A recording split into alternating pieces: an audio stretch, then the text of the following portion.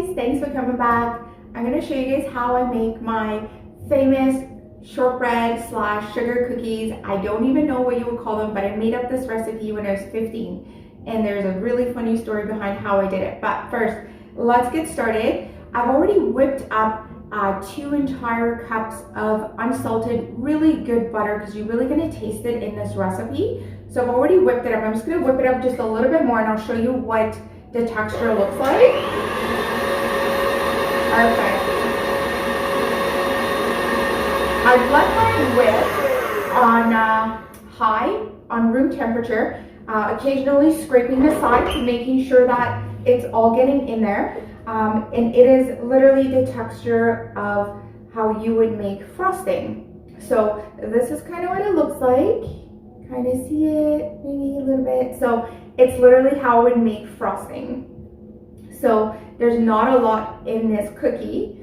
And so it's really important that you guys whip the butter really, really well, because that's the most important part of this recipe. So I have my butter that's all whipped up, so that's 2 cups. And I'm going to put in only 1 cup of powdered sugar. The reason why I don't sweeten my cookie too much is because I'm going to add some jam in the middle and make like little cookie sandwiches, which is what makes it so delicious. And I also have some vanilla. I'm using really good vanilla powder. You can use whatever you like.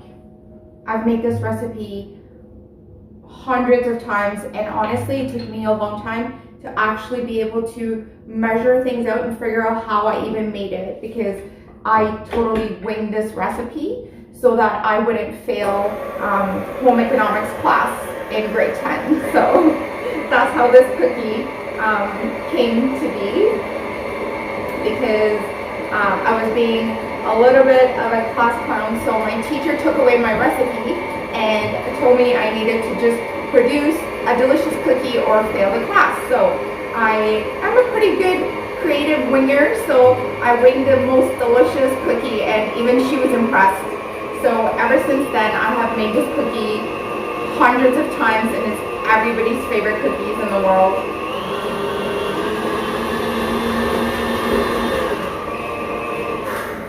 All right, so I've whipped it up so that it looks literally right now, this is basically vanilla frosting, okay? So, which is delicious.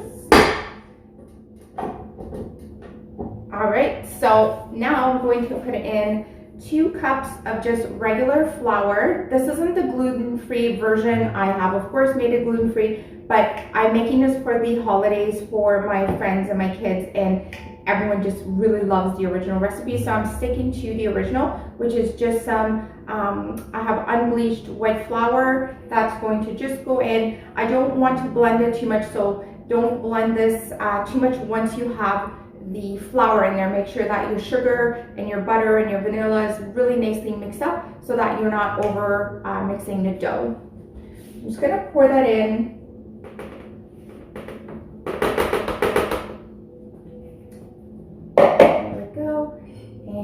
I'm just going to turn it back on the stir, just to get it kind of started.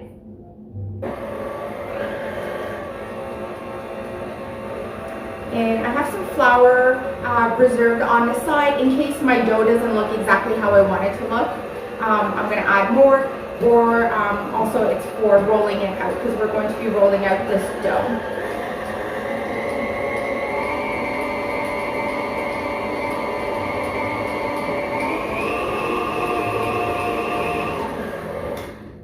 Let's have a look. There we go. Okay, so the dough is still a little bit sticky, so I'm going to add another 1/3 of a cup of flour. Don't worry, you guys will have the exact measurements that I will put up in the video. You don't have to guess like I do. But I truly, honestly, after making this recipe hundreds of times, I only know how to make it based on texture.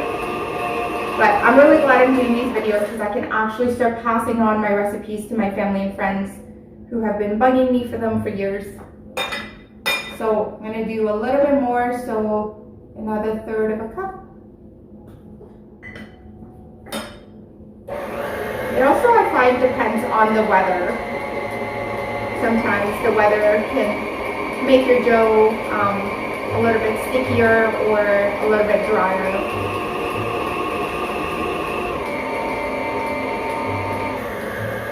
Alright, this looks good enough for me. I'm just going to show you guys what it kind of looks like. It is sticky. Just like that, but not super sticky. Okay. So, I'm going to take my rings off and I'm going to dust my surface and get this dough out here and see how it turned out.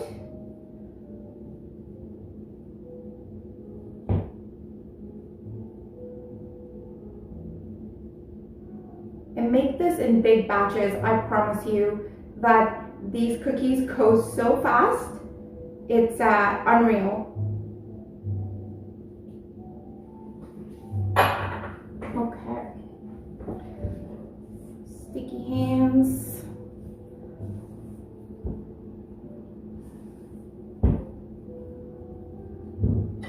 Alright, so my dough is very sticky, which is fine, because you really want the butter flavor to come out of this cookie.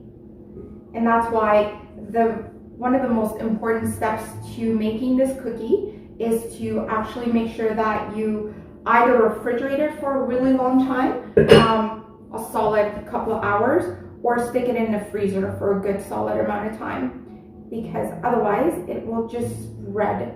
It'll still be delicious, but it won't have that neat texture to it. Just gonna add a bit more flour. So I've pretty much, between the adding it into the dough and on my surface, I have another cup of flour. So have at least that much, but I'm gonna let you guys kind of figure out the texture for yourself too, and you'll see what I mean. So it's almost like, not really like a pie dough, but it's not a very sticky dough, or it's not a very well put together dough, in the sense that it's okay if it's falling apart. That's how it's supposed to be. It's the butter that you want to come through on this recipe. So what you want to do is just kind of work the flour in a little bit, and then you can work with your dough. I'm going to reserve half of this dough for my kids, because they love rolling these out and making their own little creations. And that's another thing that this recipe is really good for. It's very easy to keep in the fridge for up to days, like 2 or 3 days easily. You can keep this dough in the refrigerator, nicely cover it up, and it's very good. Take it out about 15 minutes before you're going to work with it, and kids love this cookie dough to play with, because it's very soft, and if they happen to eat some of it, it's perfectly fine. There's nothing in there that can't be eaten raw. So that's the other reason why my kids love this. They love nibbling at it raw as well. So if you guys give me just a quick moment, I'm going to put half of my dough away and come back and get ready to start rolling some of these guys out, okay? Okay guys, I'm back. I just tied it up a little bit and got the rest of my tools. So I have a rolling pin and I have a cookie cutter. I like using either just a regular circle one, or the little flowers, because I'm going to cut a little hole in it and make it look extra pretty. So it kind of looks like this. You kind of see it. And then I have one of those big thick straws from the bubble tea places. That'll make that little center hole in my cookie dough. So let's get started. I'll take some photos for you guys so you can see what they look like close up as well. So just got a little bit more flour, because I don't want my dough to stick. So have lots of flour on hand. There we go. But do be very gentle with this dough. You want to be very gentle with this. I'm just gonna like very gently roll it out. and it doesn't look perfect, but that's okay.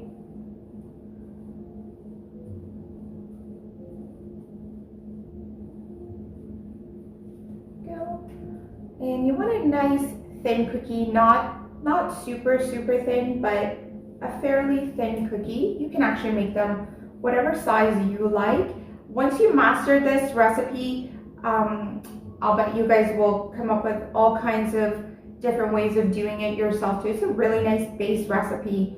It certainly helped me pass that class in grade 10, and everyone loves these cookies. Honestly, that was 25 years ago, and till this day, this is a cookie I'm always asked about when people are going to visit me for Christmas, or even when I ask people what they want for Christmas. A lot of times they just want this cookie, which is hilarious. So these little flowers are coming out really nicely. If they get stuck to your cookie cutter, just put them on the side, and I just kind of like stick my cookie cutter in there and get it nice and floury to get these guys out.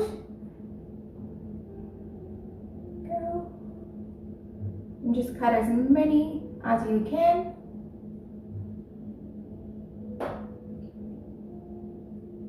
And I'm going to be filling mine with some raspberry jam. You can use strawberry jam too. That is another very popular flavor. And you will never make enough of these cookies, ever. They are so beautiful and delicious. Very impressive. Okay, just gonna keep cutting here. I'm gonna fast forward you guys to when I'm all done cutting out all my little stars. Now, when you are cutting these out, you can re-roll your dough and keep just making as many of your shape as you possibly can. And I'll show you what I do with the rest of my dough when I'm done with it. You do not need to waste any of these ones, so I'll just fast forward you guys for a few seconds.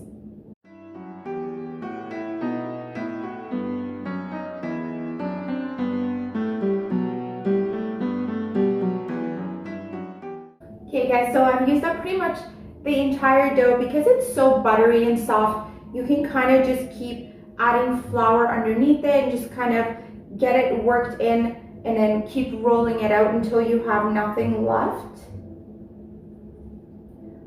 Here we go. So I think I've gotten a lot out of this, and just make sure you have tons of flour on your surface so that these beautiful buttery cookies don't stick. So to make the little holes in the center of half the cookies, so the top part, so we're going to make little sandwich cookies. So half of them you want to have a little tiny hole in the top, and then the other half leave it just as is. If this part gets too complicated for you, by all means don't do it. It just makes it a little extra pretty, but don't let it deter you from making these cookies, because at the end of the day, it's the taste that really matters with these cookies. So this is again a trick I learned when I was, I kind of came up with it when I was younger. I've always used these bubble tea straws for this recipe, and it works really well. It's actually perfect. So it's gonna put tons of flour on it so that it doesn't stick. And I'm just going to do one here. Get it nicely centered, and then you just kind of get the little middle part out.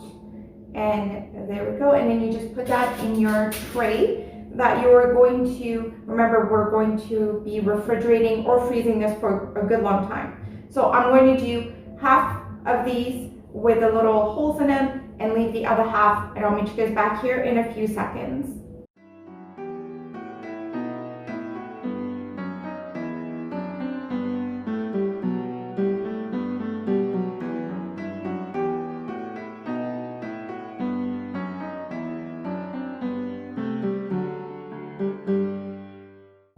Okay, so I've taken out the little holes on half of the cookies, and I'm going to now put them all on a tray to go in my refrigerator for about an hour, or in your freezer for about half an hour. So this step is really, really important if you want the cookies to look perfect, which I do.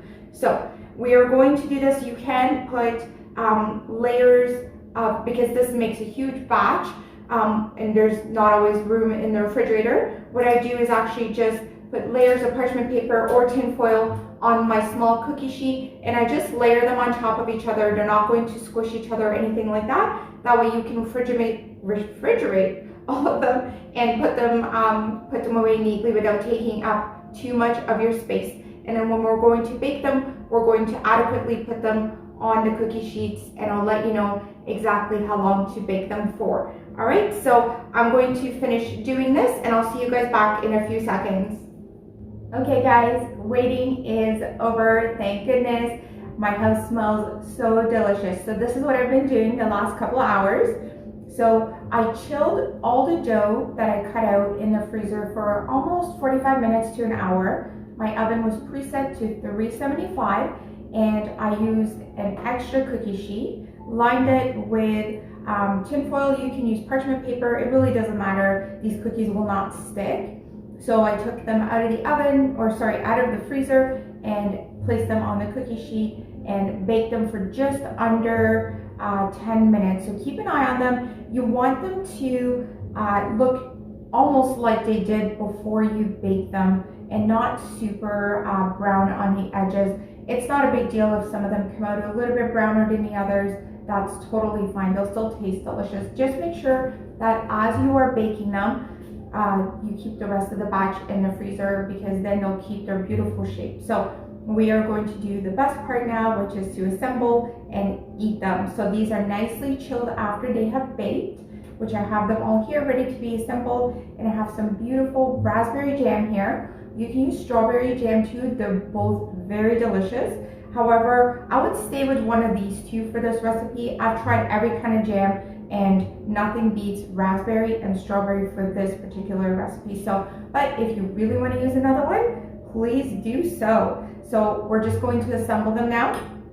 So we're going to take a bottom piece, which is one of the ones without the holes in it, and we're just going to put a little bit of jam right in the very middle, not overflowing them too much.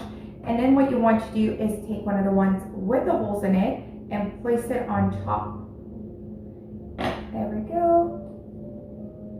We're just going to do that with all of them. If you have any mismatched ones or misshapen ones, then eat them. They are so good. And the way that I like to serve these is with a little sprinkle of powdered sugar just on top of them.